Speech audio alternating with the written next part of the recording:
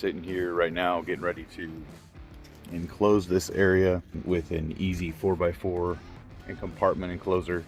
We will be installing it tonight. I'm going to remove my subwoofer panel so I can make sure that my subs are all squared away before I put this panel on, and we'll go from there.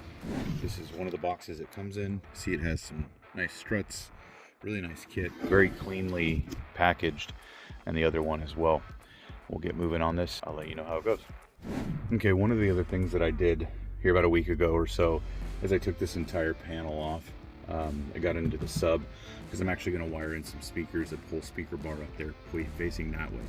Because once I enclose this, my whole sub is going to be enclosed here.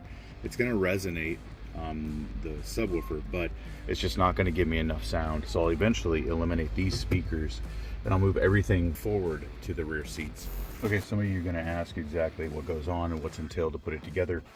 Simply just put these brackets here and that bracket there on.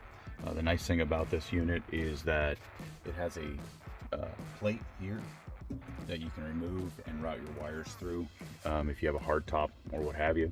I've got a soft top with the capabilities of hard top, so I've actually got the wires. I'll probably reroute those.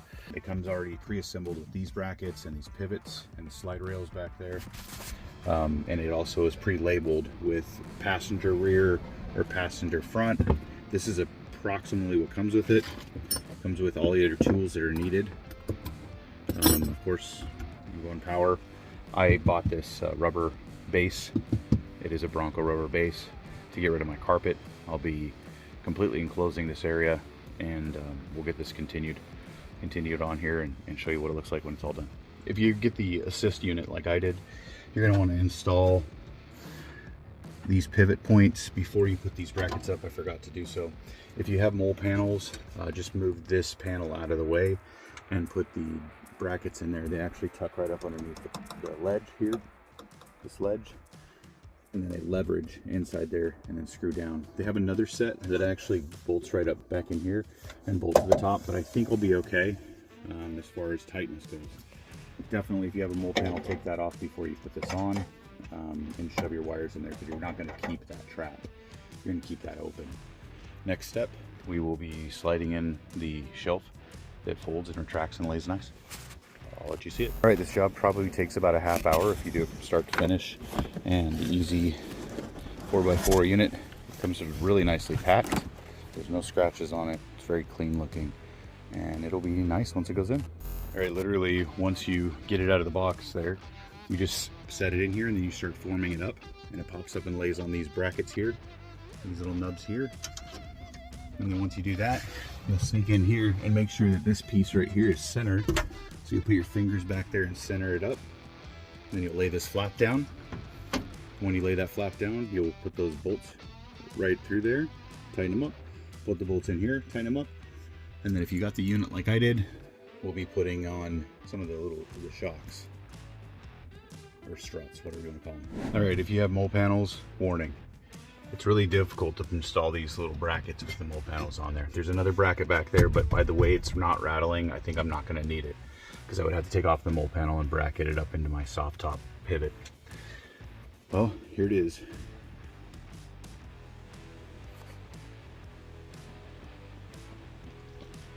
It's all installed, and I'll show you how to close it real quick. All right.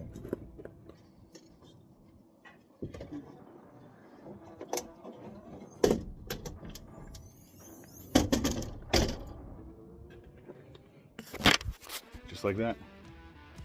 She goes right up, sets down nicely, sits on these bumps, folds over, and you have two locks on each side that are spring-loaded release on each side.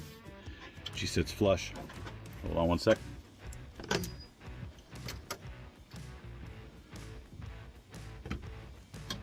Sits like that.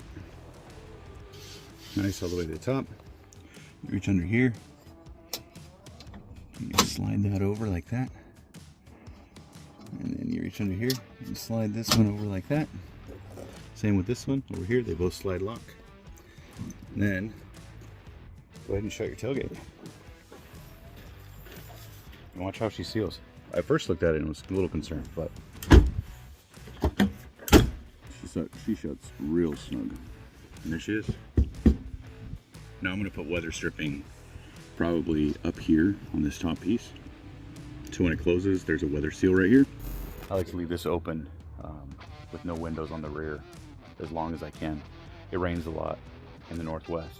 That's the next project, is to seal that off up there, possibly go all the way to the top and create a compartment back here.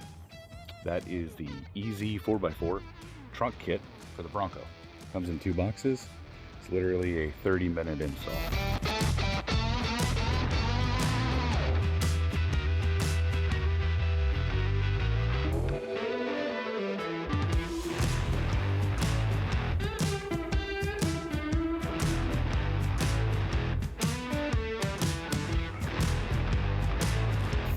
Just as a little side note, side bonus, it actually takes that factory subwoofer that's down there, and it creates a giant speaker box that really thumps.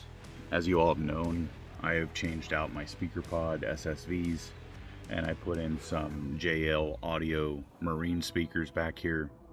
And then I changed out the front kick panel ones with EZ speakers, and then the front dash ones I put in some Rockford Fosgates.